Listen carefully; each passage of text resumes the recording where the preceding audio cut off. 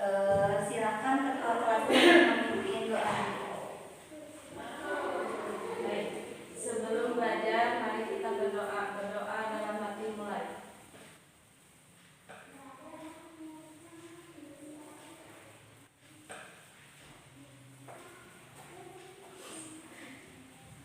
Berdoa selesai.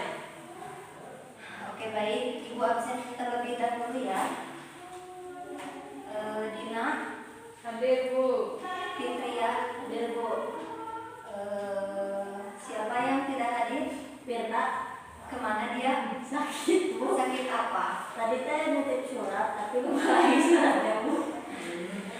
Ya, kita doakan saja semoga Firda diberi kesehatan kembali oleh Allah Subhanahu wa Ta'ala. Amin ya Allah. Nah, siapa yang ingat minggu kemarin kita belajar tentang apa? Kitab-kitab Allah. Kitab-kitab Allah, iman kepada kitab-kitab Allah. Nah, hari ini Ibu akan menjelaskan tentang iman kepada Rasul. Iman kepada Rasul. Ada yang tahu iman itu apa? Iman itu Iman itu ada yang tahu tidak? Oke, Ibu. Ibu jelaskan ya. Iman itu adalah keyakinan. Jadi, iman kepada Rasul itu yaitu kita meyakini bahwa Rasul itu benar-benar utusan Allah yang ditugaskan untuk membimbing umatnya ke jalan yang benar, baik di akhirat maupun di dunia. Kemudian ada perbedaan, ada yang disebut Rasul dan ada yang disebut Nabi. Nah, ada yang tahu perbedaan antara Rasul dengan Nabi? tahu Bu. Rasulullah Ya, boleh, silakan. Rasulullah menyampaikan wahyu untuk umatnya, kalau Nabi mau untuk diri sendiri. Ya, betul. Betul sekali, Tik ya.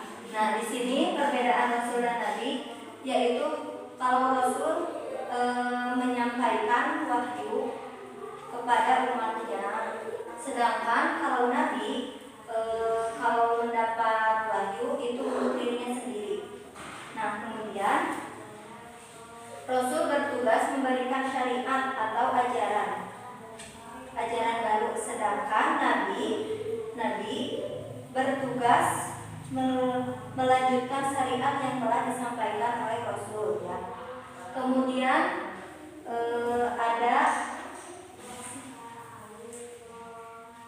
ada tugas Rasul.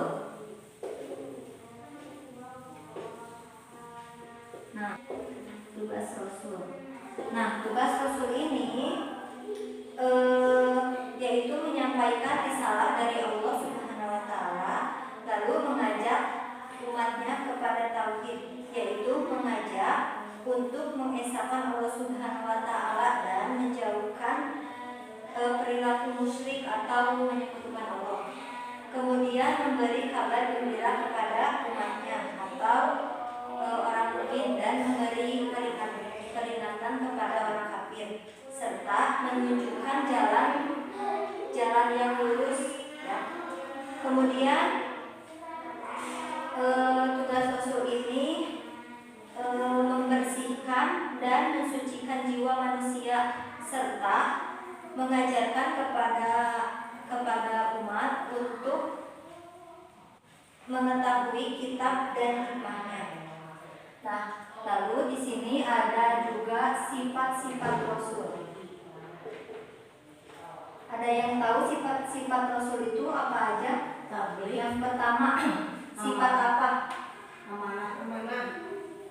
Sifat, ya betul, cuman kurang tepat. Yang pertama ada sifat wajib. Sifat wajib. Kemudian yang kedua ada sifat ada sifat mustahil. Kemudian yang ketiga ada sifat jaiz. Nah, sifat wajib ini sifat wajib ini ada as-sidqu, yaitu Rasul as-sidqu. Boleh sambil ditulis ya, Bu. As-sidqu yaitu Rasul selalu benar. Yang kedua ada al-amanah.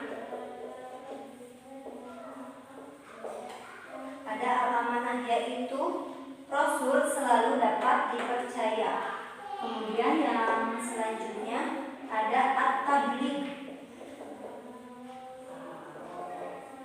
At-tabligh yaitu Rasul selalu menyampaikan wahyu. Tidak ada satupun ayat yang disembunyikan oleh Rasul dan tidak disampaikan kepada umatnya. Kemudian yang keempat ada al-fatonah. Al-fatonah yaitu Rasul memiliki kecerdasan yang tinggi. Nah, jadi sifat wajib ini sifat yang wajib dimiliki oleh seorang Rasul. Kemudian di sini juga ada sifat mustahil. Nah, sifat mustahil ini kebalikan dari sifat wajib. Sifat mustahil ini sifat yang tidak dimiliki oleh seorang Rasul. Yang pertama ada kizib. Kizib yaitu mustahil Rasul bohong. Nah, jadi kizib ini kebalikan dari as-sidqu. Kemudian ada al-hiyanah. Hiyanah yaitu mustahil Rasul bohong atau dusta. Jadi semua perkataan Rasul dan perbuatan Rasul tidak pernah bohong atau dusta. Kemudian ada al-kitman. Nah, kitman yaitu mustahil Rasul menyembunyikan kebenaran. Setiap firman yang ia terima dari Allah pasti Rasul sampaikan lagi kepada umatnya. Kemudian ada al-baladah yaitu mustahil Rasul bodoh. Meskipun Rasul tidak bisa membaca dan tidak bisa menulis, tetapi ia pandai untuk mempelajari yang baru ya. Nah, kemudian kemudian sifat jaiz. Nah, sifat jaiz ini artinya boleh karena seorang Rasul ini sejatinya manusia biasa sama seperti kita. Nah, seorang Rasul itu bisa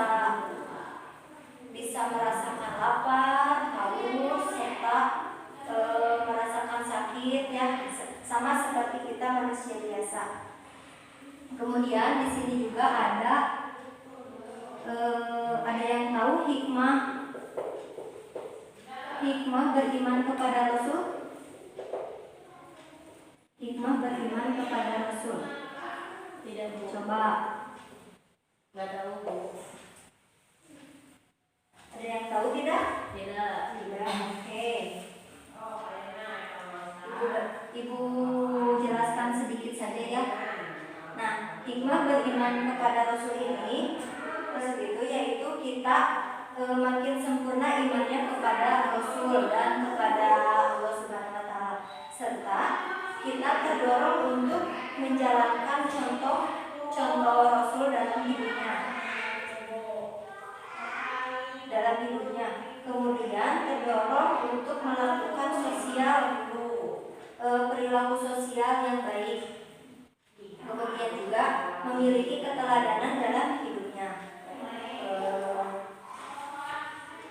Itu saja mungkin yang dapat Ibu sampaikan. Ada pertanyaan? Tidak, Bu. Oke, Ibu rasa kalian sudah pada mengerti ya. Insyaallah. Nah, untuk tugas minggu depan, silahkan kalian baca Quran surat Al-Baqarah ayat 225. Kemudian tulis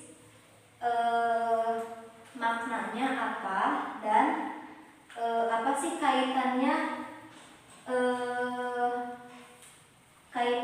beriman komitmen kepada semua rasul. Kemudian ditafsirkan. Untuk tugasnya nanti diserahkan kepada ibu ya, minggu depan sama ibu diperiksa. Ya Bu. Oke, itu saja. Ditutup saja dengan doa. Rabbana atina fid dunya hasanah wa fil akhirati hasanah wa qina adzabannar. Assalamualaikum warahmatullahi wabarakatuh. Waalaikumsalam warahmatullahi wabarakatuh.